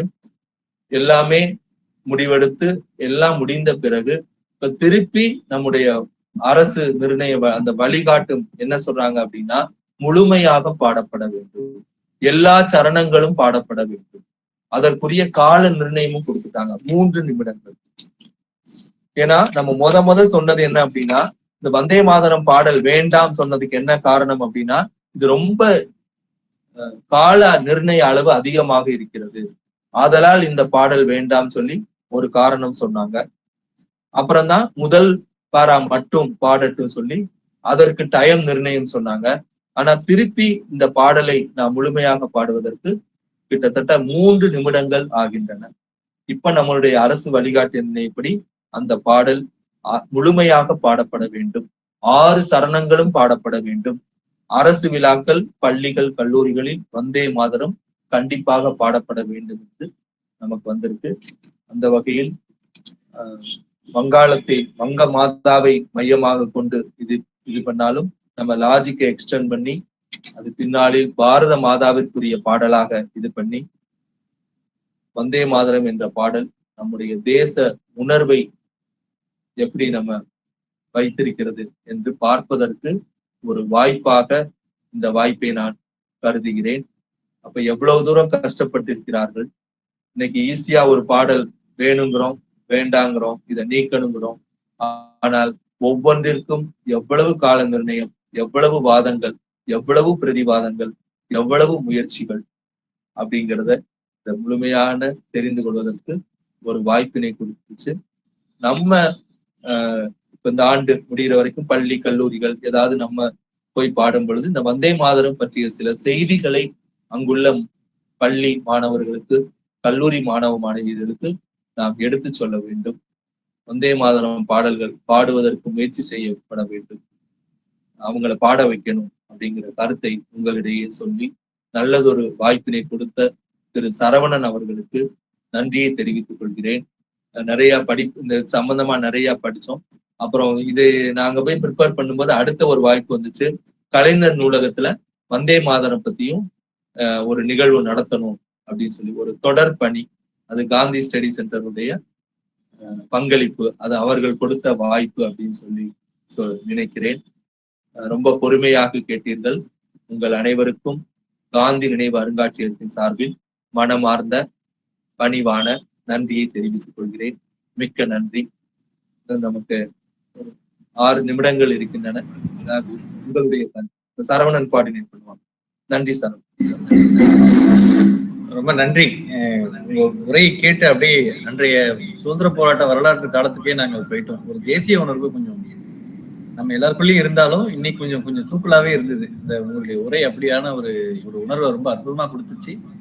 சீதாராஜன் ஐயா இருந்தார், போயிட்டாரா உடனே? சீதாராஜன் ஐயா, சீதாராஜன் சார் அவங்க ரொம்ப பொது வெளியில ரொம்ப வர மாட்டேங்கிறாங்க சார். வந்தாருன்னா வேணா திரும்ப பேச சொல்லுவோம்.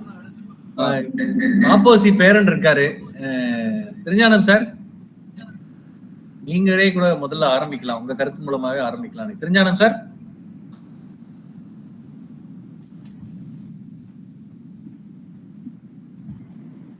வணக்கம். வணக்கம் சார். வணக்கம் ஐயா. ரொம்ப பொறுமையா அழகா பேசினாங்க. அது புத்தகத்தை ரொம்ப தெளிவா சொன்னாங்க.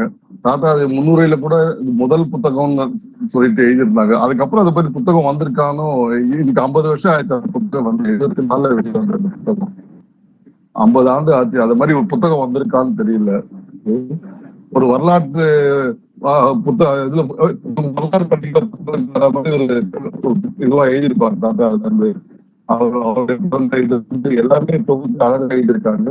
அதே மாதிரி அதுல கட்டோட்டி பண்படையும் சரி, பாரதியாரையும் சரி, அவர் எப்பவுமே என்ன பண்ணுவாரோ அப்படியே எல்லாருமே பண்ணியிருக்காரு அதுல நினைக்கிறார் புத்தகத்துல.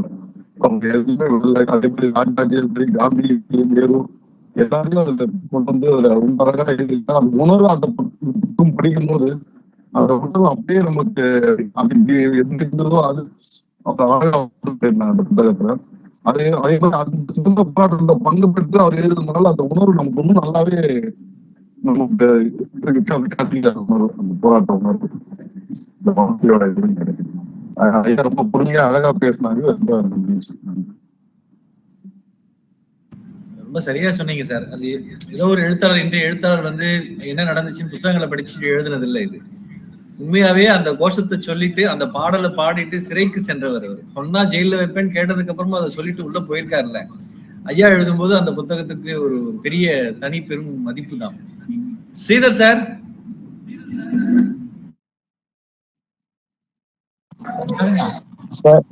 Sir excuse me sir. Sir excuse me sir. Natarajan sir. வணக்கம் சார். வணக்கம் சார். ஒண்ணு இல்ல சார், மாப்போசியோட பேரன் செந்தில் வந்து என்ன போல ஸ்டேட் செக்ரட்டரியா இருக்கார் சார். சென்னையில இருக்காரு சார். சரிங்க சார். Okay sir.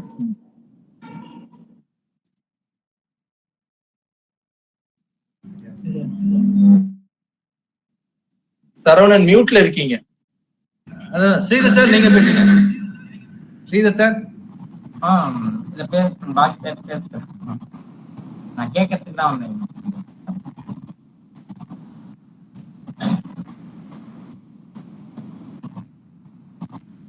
சரவணன், இந்த நிகழ்ச்சி கேட்கறதுக்காக நம்ம வீட்டுக்கு வாங்க சார். நேரடியா வந்திருக்காங்க சார். இன்னும் கொஞ்சம் நேரம் வாங்க. இங்க வந்து நேரடியா வீட்டுல வந்தே கேட்டாங்க.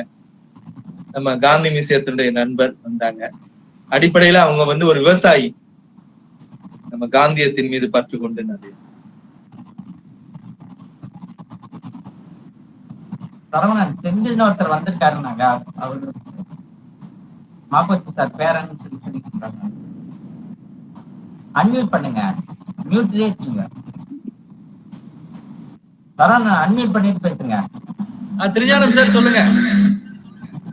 திருஞானம் சார் செந்தில்னு ஒருத்தர் இருக்காருன்னு சொன்னாங்க. திருஞானம் சார், அவர் சொன்ன தகவல் உண்மையா? என்ன சார், என்ன தகவல் சார்?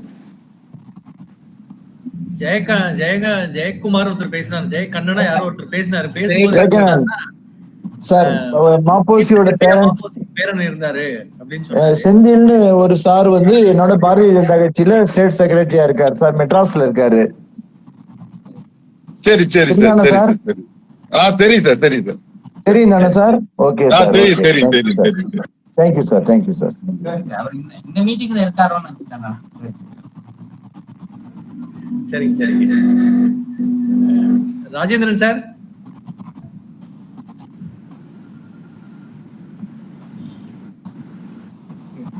ஒன்னும் சொல்றதுக்கே இல்லை. அதாவது கேளாதன எல்லாம் கேட்கிற மாதிரி ஒரு மாபெரும் வரலாறை வந்து ரொம்ப அழகா, அதாவது ஒரு நிமிடம் கூட அது ஒரு பிரேக் இல்லாம எவ்வளவு ஆற்றொழுக்கா சொன்னாரு. ரொம்ப நன்றிதான் சொல்லணும். ரொம்ப ரொம்ப அருமையா இருந்ததுங்க. நன்றி நடராஜன். நன்றி sir. Govindaraj sir. Govindaraj sir கரூர்ல இருந்து. கோவிந்தராஜ் சார்.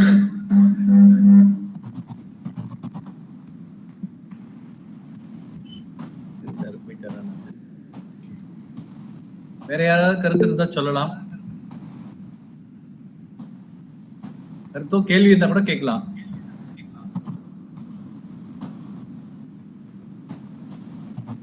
வணக்கம் ஐயா, கேக்குதுங்களா? கேக்குது. இவ்வளவு விஷயங்கள் இருக்கிறது இன்னைக்குதான் தெரியுது. இந்த 2 வந்தே மாதரமும் ஜனகணமனும் பின்னணியில எத்தனை செய்திகள் இருக்குங்கிறத மாப்போசி அவர்கள் பட்டியலிட்டு ஒரு நூல் எழுதி அந்த நூலை உள்வாங்கி இந்த உரை வந்து ரொம்ப அருமையா அமைஞ்சது. உண்மையிலே சிறப்பு. நம்ம பல விஷயங்களை அது என்ன ஏதுன்னு தெரிஞ்சுக்காமே அப்படியே கடத்திக்கிட்டே போறோம். ஆனா பின்னணியில பார்த்தாதான் இவ்வளவு சிறப்பு இருக்குது. ஒரு பாடலுக்கு 5 பாடலை வந்து கான்ட்ரிபியூட் பண்ணியிருக்காரு பாரதியார்னா, அப்ப அந்த வந்தே மாதரம் அந்த காலத்துல என்ன ஒரு தாக்கத்தை ஏற்படுத்தி இருக்க வேண்டுங்கிறத நம்ம பார்க்க வேண்டியிருக்குது. பாரதியார் மிகப்பெரிய தேசிய கவி, அவரே கொண்டாடப்படக்கூடிய கவிஞர். ஆனா இவருடைய கவியை எடுத்துக்கிட்டு அதுல ஈர்ப்பால 5 பாடல்களை அதற்கு உரை எழுதுற மாதிரி எழுதியிருக்கிறாருன்னா அது மிகப்பெரிய ஒரு விஷயம். அதை கூட தப்பா புரிஞ்சுக்கிறாங்க நம்ம மக்கள். மாநில தாயை வணங்குது வேண்போம், அவர் என்ன ஸ்டேட்டுக்கு தானே பாடியிருக்காருன்னு ஒரு நண்பர் சொன்னாரு. இன்னையா பாட்டை படிக்கிறீங்க? மாநிலம் என்பது இந்திய பாரத கண்டம், பாரதம். மா என்றால் பெரிய உரிச்சல் போட்டு எழுதியிருக்காரியான்னு சொன்னா அப்படிங்களா அப்படிங்கிறார். மாநில தாயே மாவட்ட தாயே அப்படின்னா பாரதியார் பாடுவாரு. என்னப்பா அப்படின்னு தமிழாசிரியர் பாவம் வந்துடுறாங்க. அதனால இன்றைக்கு உரை வந்து மிகப்பெரிய சிறப்பு. எனக்கு ஒரு சின்ன ஐயம் என்னன்னா, இந்த ராஜேஸ்வரி ஜெய் அப்படின்னு சொல்லிட்டு ஒரு வரி இருந்தது பழைய ஜனகணமன பாட்டுல அப்படின்னு சொல்லிட்டு எனக்கு 2 ஐயம். ஒண்ணு, ஒருத்தர் பாட்டு பாடி முடிச்சுட்டு அவரும் காலமாயிடுறாரு அப்படின்னா அப்புறம் நமக்கு என்ன உரிமை இருக்குது அதுல மாத்துறதுக்குன்னு தெரியல. அது மாதிரி பார்க்க போனா இப்ப நம்ம வள்ளுவருடைய திருக்குறளை கூட 1-2 மாத்திக்கலாமான்னு சில பேர் முன் வந்தாலும் வந்துருவாங்க. காலத்துக்கு ஒவ்வொல, அதனால வேற சீர் போட்டுக்கலான்னு அப்படி பண்ணலாமான்னு தெரியல. அப்படியே மாத்திருந்தாலும் அது எப்படி மாத்தினாங்கன்னு தெரியல, எந்த வரின்னு தெரியல. இந்த ராஜேஸ்வரிங்கிற வார்த்தையை எடுத்துட்டு என்ன போட்டாங்கிறது உரையாளர் சொன்னா நல்லா. முழுமையாவே நீக்கிட்டாங்க, வேற வார்த்தை இன்ட்ரோடியூஸ் பண்ணல. அந்த வரியை நீக்கிட்டாங்களா? அந்த வரியை நீக்கிட்டாங்க. ஓ, அப்ப அதான் நான் சொன்னேன், நிறைய ரிசர்ச் கேப்புக்கு இது பார்க்கதான் சார் ரொம்ப சின்ன புத்தகம். ஆனா ரொம்ப ஒரு 4 வரி தாண்ட முடியாது, அவ்வளவு சிந்தனைகளை நமக்கு தூண்டுது. இது என்ன அது என்ன எப்படி அப்படின்னு சொல்லி அப்படிப்பட்ட ஒரு புத்தகம். ஆமா, அதனால நம்ம வந்து நாமே அந்த விஷயத்த பண்ணியிருக்கோம். தமிழ்நாட்டிலே தமிழ்தாய் வாழ்த்துங்கிறது முழுமையான பாட்டு கிடையாதுங்க. அதை வந்து மனோன்மணிய சுந்தரனார் எழுதின ஒரு நீண்ட பாடல். அதை வந்து நம்ம குறிச்சிக்கிட்டோம், வார்த்தைகளை கொஞ்சம் கட் பண்ணிட்டோம், இப்படிலாம் பண்றோம். அது எந்த அளவுக்கு பொருத்தமோ தெரியல. இருந்தாலும் வெகுஜனம் ஏற்றுக்கொள்வதுனால நம்மளை ஏற்றுக்கொள்ள வேண்டியதான் இருக்கிறது. அதான் கருத்து சுதந்திரம் இருக்கல்ல நம்ம சொல்றதுக்கு, அதான் நான் சொன்னேன். நன்றி. இப்ப ஐயா சொன்னதுனால இப்ப வினையே ஆடவருக்கு உயிரே அப்படின்னா கொஸ்டின் பண்றாங்க, ஆடவருக்கு மட்டுமா? அப்ப தமிழம்மா சொன்னாங்களா வினையே அனைவருக்கும் உயிரே? இப்ப இந்த அம்மா மாத்தி சொல்றாங்க, ஆடவருக்கு மட்டும் கிடையாது, வினையே ஆடவருக்கு உயிரே என்பது அப்படி ஒரு கருத்து சுதந்திரங்கிற பேர்ல இலக்கணப்படி ரைட்டு. ஆடவர் என்றால் பெண்டரியும் குறிக்கும். வெத்தலை பாக்கு போட்டான்னு சொன்னா அவன் சுண்ணாம்பு சேர்த்து போட்டான்னு அர்த்தம். ஊகித்து கொள்ள வேண்டும். அது கல்லூரி மாணவி. அதனால இங்க அதே மாதிரிதான் ஈன்றால் பசிகான்பா நாயினாலாம் அப்ப அதெல்லாம் மாத்தி சொல்லுவாங்க. எல்லாம் கிடையாது, அது ஒரு சொன்னாலே அடுத்த பாலுக்கும் அது பொருந்தும். அதனால அது தப்பு கிடையாது, அது இலக்கணம். நன்றி. ரொம்ப கோவிந்தராஜ் சார், ரொம்ப நன்றி. இதுதான் நாங்க ரொம்ப சாதாரணமா குறுகி புரிஞ்சுக்கிற விஷயங்களை உங்களை மாதிரி அறிஞர்கள் தான் எங்களை விளக்கி சொல்ல முடியும். சார் ஜமுனா சார் கையை உயர்த்திருந்தீங்க, விட்டாரா? இல்ல ரொம்ப வெளியில போயிடுவாங்க.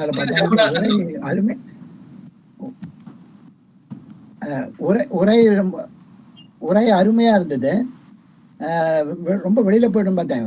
உதாரணத்துக்கு பாரதியுடைய ஆராய்ச்சி பண்ணி காலவரிசை இப்படி எழுதின ஸ்ரீனிவாச விஸ்வநாதன் ஐயா சொல்றது, ஜாதிகள் இல்லையடி பாப்பான்னு அவர் எழுதல, ஜாதி பேதங்கள் இல்லையடி பாப்பாங்கிற மாதிரிதான் எழுதியிருந்தாருன்னு அவர் உறுதிப்பட சொல்றாரு. அதை பல முறை பல அறிஞர்களும் அதை சொல்லி இருக்காங்க. இது மாறி போறது அந்தந்த சமயத்துக்கு. இதுதான் இந்த பிரைஸ் ஆஃப் டெமோக்ரஸின்னு எடுத்துக்க வேண்டியதுதான், காஸ்ட் ஆஃப் டெமோக்ரஸி. அது நம்ம ஒன்றும் செய்ய முடியாது. அடுத்த மாதிரி மிக அருமையான உரை. நான் அதிகம் டேனே எடுத்துக்க வேண்டியதில்லை. கோவிந்தராஜன் சார் ஐயா சொன்ன மாதிரி கான்ஸ்டியூஷன்லயே சொல்றது wherever he is mentioned it includes she also ன்னு தானே வருது நம்ம கான்ஸ்டியூஷன். அதனால அந்த ஆடவருங்கிறத சுருக்கி பார்க்க வேண்டாம். நல்ல அறிஞர் பெருமக்கள் வந்து கலந்து கொண்டு சிறப்பித்திருக்கீங்க. அவங்களோடலாம் அமர்ந்து இருக்கிறது எனக்கு மிகப்பெரிய நல்ல சந்தோஷம். இரா நடராஜன் ஐயாவோட இது மின்னஞ்சல் கிடைக்கும்னாக்க I want to be in touch with மின்னஞ்சல் அண்ட் அவருடைய கான்டாக்ட் டீட்டெயில்ஸ் நான் அப்புறம் அண்ணாமலை ஐயா உங்களுக்கெல்லாம் கடிதம் மூலம் பெற்றுக்கொள்கிறேன். அவர் யோகா டீச்சராக இருக்காரு, சமஸ்கிருத அறிஞராகவும் இருக்காரு. இதெல்லாம் என்னோட அவரோட பால் என்னை இருக்கின்றன. அவருக்கு சிறந்தார்ந்த வணக்கங்கள். நன்றி சார். நீங்க சொன்ன மாதிரி நடராஜன் வந்து ஒரு பல விஷயங்கள்ல அறிஞர், அப்புறம் பல கலை வித்தகர். சொல்றது மட்டும் இல்ல செய்யறாரு. மோகன் சார் தான் எனக்கு ரோல் மாடல் ஜி. சொல்லுங்க. மோகன் சார் தான் எனக்கு ரோல் மாடல். அது கடவுள் கிடையாது. எனக்கு ரொம்ப ரொம்ப சுவையா இருக்கு. இவ்வளவு புத்தகத்தெல்லாம் இவ்வளவு அழகா சொல்லக்கூடிய ஒரு தனி திறமை. புத்தகம் வந்து முழுசா உள்ள போயிருக்கு. அதை சொல்லக்கூடிய அழகு அதெல்லாம் உங்களுக்கு தான் வரும். நடராஜரால் தான் இவ்வளவு அழகா பேச முடியும், நாட்டியமும் ஆட முடியும். அற்புதமா ஆடிட்டீங்க. அப்புறம் ஒரே ஒரு விஷயம் தான் கேட்கணும்னு நினைச்சேன். எனது போராட்டங்கள்ல இத பத்தி ஏதாவது மாப்போசி சொல்லியிருக்காரா? நீங்க அதை படிச்சீங்கன்னு சொன்னீங்க இல்லையா? புத்தகத்தை பத்தி தனியா திருச்செங்கோடு காந்தி ஆசிரமத்துல கிருஷ்ணன் ஒருத்தர் இருந்தார். அவர் வந்து கண்ணனுடைய அப்பா. அவர் ஒரு புத்தகம் எழுதியிருக்காரு. அப்ப என்ன பண்ணுவாங்களாம், நாமக்கல்ல வந்து இந்த மாதிரி எதிர்ப்பு ஊர்வலங்கள் போகும்போது போலீஸ்காரங்க அடிப்பாங்க. அடிக்கும் போது ஐயோ அப்பா அதெல்லாம் கிடையாது, வந்தே மாதரம். ஒவ்வொரு அடிக்கும் வந்தே மாதரம் தான். அவங்க அப்பா அப்படியே எழுதியிருக்காரு. மயக்கம் போட்டு அப்படியே உடம்பெல்லாம் ரத்தமா அப்படியே கீழே உழற வரையும் அவர் வாயிலேருந்து வரக்கூடிய ஒவ்வொரு வார்த்தையும் வந்தே மாதரம் வந்தே மாதரம். அதனால அதை கேட்கும் போது அந்த நினைவு ஞாபகத்துக்கு வந்தது. அவர் ஏதாவது எழுதியிருக்காராங்கிறது நீங்க சொல்ல முடிஞ்சா சொல்லுங்க. ரொம்ப சிறப்பா இருந்தது. நேரில் சந்தித்து அதை கேட்டு அனுபவிக்கணும். இது ஆன்லைன்ங்கிறது வேற வழி இல்லாம இருக்கும். நேர்ல நீங்க உங்களை பார்க்கணும், உங்க முகத்தினுடைய பாவத்தை அனுபவிக்கணும். அது கிடைக்கும். வாங்க, நேரில் வாங்க, சந்திக்கலாம். ஐயா, நீங்க சொல்லியிருக்காரு ஆசிரமத்தை பத்தி நினைவுபடுத்திட்டீங்க. இங்க அரங்கத்தில் உள்ள அத்தனை பேருக்கு என்னுடைய அன்பான வேண்டுகோள், போராட்டங்கள் வாய்ப்பு இருந்துச்சுன்னா ஒரு சந்திப்பு ஒவ்வொருவரும் நம்ம பார்க்க வேண்டிய இடம். ஏன்னா எல்லா தேசிய தலைவர்களும் கால் பட்ட பாதம் பட்ட புண்ணிய பூமி அந்த திருச்செங்கோடு. நான் அங்க ஒரு 1.5 வருஷம் வேலை செஞ்சிருக்கேன். பக்கத்துல ஒரு ஸ்கூல்ல பிரின்சிபலா இருந்தேன். அத்தனை குழந்தைகளையும் ஒரு 10 முறையாவது அழைத்து கொண்டு போய் அங்க நான் வந்து காட்டியிருப்பேன், பேசியிருப்பேன் அந்த இடத்துல. ஏன்னா கூப்பிடு தூரத்துல இருந்தது ஆசிரமம். உடனே பள்ளி பேருந்துல கூட்டிட்டு போவேன். அரை நேரம் உட்காந்து அங்க காந்தியை பற்றி மற்ற போராட்டங்களை பற்றி எல்லாம் பேசிட்டு வந்தது எனக்கு பசுமையான நினைவு. நம்ம கூட ஒரு நாளைக்கு அங்கே சந்திக்கலாம். நல்ல வரவேற்பு உண்டு. அங்க எளிமையான உணவு கிடைக்கும். ஏற்பாடு பண்றதா பண்ணலாங்க. நன்றி. ஒரு சின்ன ஐயம், இந்த தண்டி யாத்திரை பத்தி பேசிய இரா நடராஜன் அவரு நீங்க தானா? வானொலியில. ஆமாஜி. அருமை அருமை, பாராட்டுகள். ரொம்ப எனக்கு அதை பத்தி கேட்கணும்னு நினைச்சிட்டேன். அதனாலதான் உடனே அதை என்னுடைய வானொலி பெட்டியை வைஃபைல கனெக்ட் பண்ணி அதை சரியா ரெக்கார்ட் பண்ண. பாத்தீங்களா, ஒரு பிசுறு இருக்காது. கேட்டவங்களுக்கு தெரியும். சாதாரணமா வானொலியில நேரடி ஒலிபரப்புனா ஏகப்பட்ட பிரச்சனை வரும். நான் அது வந்து வேற ஒரு மெத்தட்ல கண்டுபிடிச்சு என்னுடைய செல்போன்ல இருந்து வைஃபைல கனெக்ட் பண்ணி துல்லியமா ரெக்கார்ட் பண்ணி நான் அந்த குழுவுல போட்டேன். ரொம்ப சிறப்பு அந்த உரை. நன்றி. அது ஒரு செய்தி. கைப்பிடி உப்பை அள்ளினார் கூட சொல்லக்கூடாதுன்னு சொல்லிட்டாங்க. ஏன்னா தேர்தல் நடத்தை விதி வந்துருமோன்னு பயந்தாங்க. கைங்கிறது ஏதோ ஒரு சின்ன சார் அது அப்படின்னு சொல்லி காந்தியடிகள் பேரை மட்டும்தான் அதுல பயன்படுத்த அனுமதிச்சாங்க. வேற யார் பேரையும் பயன்படுத்த கூடாது. இர்வின் பிரபுவை விட்டுட்டாங்க. ஏன்னா அவர் எந்த கட்சியில இல்ல. இப்ப 2 பேர் மட்டும் வச்சு அந்த இதை எழுத சொன்னாங்க சார்.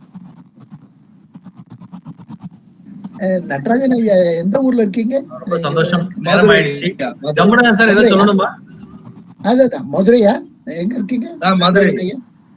மிக்க நன்றிங்க. ரொம்ப சந்தோஷம். நேரம் ஆயிடுச்சு. நடராஜன் நிறைய சொல்லுவார். அவருக்கு நிறைய விஷயங்கள் தெரியும். வெறுமனே அது வெறும் அறிவு இல்லை, ரொம்ப ஆர்வமும் அனுபவம் உள்ள ஆள். நல்ல அறிஞர். மதுரை காந்தி மியூசியத்துல போனீங்கன்னா அவரை பார்க்கலாம். தினமலர்ல எழுதுறாரு, பல பத்திரிகைகள்ல எழுதுறாரு, வானொலியில பேசுறாரு.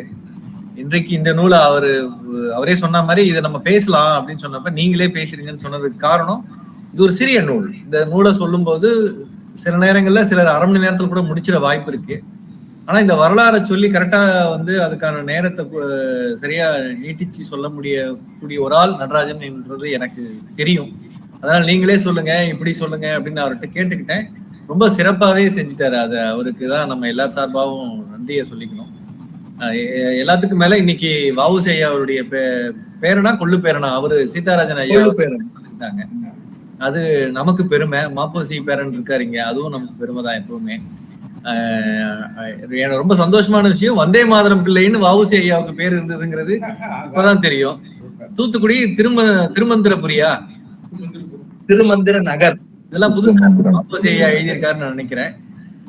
ரொம்ப புத்தகத்தை பத்தின இந்த ஒரே உணர்வுபூர்வமா தகவல்களோட ஒரு தகவல் சொல்லுங்க சார்.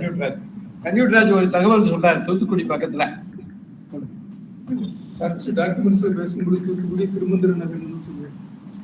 பழைய ஆவணங்கள்ல தூத்துக்குடியில இருக்க எல்லா ஆவணங்கள்லயுமே குறிப்பா தேவாலயம், கோவில், இந்த ஆவணங்கள் எல்லாம் தூத்துக்குடி திருமந்திர நகரம் தான் பேர் இருக்குமா. நமக்கு தெரியாம போயிருக்கு. அது என்ன காரணம்னு தெரியல, காரண பெயர் என்னன்னு தெரியல. திருமூலருக்கும் திருமந்திரத்துக்கும் தூத்துக்குடிக்கு ஏதாவது சம்பந்தம் இருக்கானு தெரியல, இல்ல வேற ஏதாவது காரணமான்னு தெரியல. எப்படினாலும் நான் திருமந்திரமா தான் அது இருந்திருக்க முடியும். ரொம்ப சந்தோஷம். நிகழ்ச்சியில் பங்கேற்ற அனைவருக்கும் நன்றி, வாழ்த்துக்கள். வந்தே மாதரம். இது வந்து உப்பு சத்தியாகிரகம் நடந்த பயணம் நடந்த மாதம் ஏப்ரல்ல முடியும். உப்பு சத்தியாகிரகத்தின் போதும் வந்தே மாதரம் தான் எல்லாரும் குரல் கொடுத்துருப்போம்.